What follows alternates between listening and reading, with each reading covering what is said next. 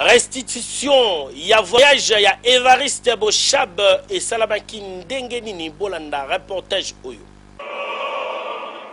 Samedi 30 avril, le président de l'Assemblée nationale, le professeur Évariste Bochab, na délégation naye bakitaki Rome na Vatican et Sikapi, bakendaki ko représenter valablement Joseph Kabila Kabange, chef de l'État, na cérémonie ya béatification, il y a pape Jean-Paul II, Oyo et Salamaki et pas il y a pape Benoît XVI. Nako Kitana Bango, ambassadeur ya République démocratique du Congo na Vatican, mais c'est Amouli, nde ayambaki délégation ya professeur Évariste Bochab. Et bongo mokolo ya dimanche 1er mai dans Basilique Saint-Pierre et c'est une cérémonie à béatification, il y a pape Jean-Paul II et Salamaki, le professeur Évariste Bochab a s'incliné qui devant depuis il y a pape Jean-Paul II pour prendre place dans la tribune côté il y a des collègues parlementaires Oyo, Baoutaki monde entier, dont parmi Bango, président il y a Parlement européen, puis il y a Conseil européen, ainsi que maintenant oriental, puis Costa Rica, il y a Bulgarie.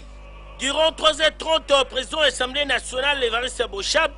à la Nimisa Kitoko, Tina Souka, il y a cérémonie Bobo Sanate, président Bochab, Ayambamaki na Radio Vatican, et Sika Wapi, à Kendaki Kolobela, Makambu, il y a publication, il y a calendrier électoral, et pas il y a Seni. Président de l'Assemblée nationale, n'a pas question, il y a posé qui est, a répondu qui que Azali satisfait na calendrier électoral, Oyo Seni Abimisi, pour te masoler à l'élection le 28 novembre, et Salamaki Toko na sérénité, na Kimia, Peba Congolais, ba voter moto Oyo, Bango ba monique à Kokumbela, République démocratique du Congo, Malamu. Pour na kosouk ce séjour na ye, Évariste Bochab a quitté Kinamboka Paris avant à gagner Kinshasa. Kuna azaki na mon entretien na ba membre ya PPRD ya France na qualité na ya secrétaire général ya PPRD.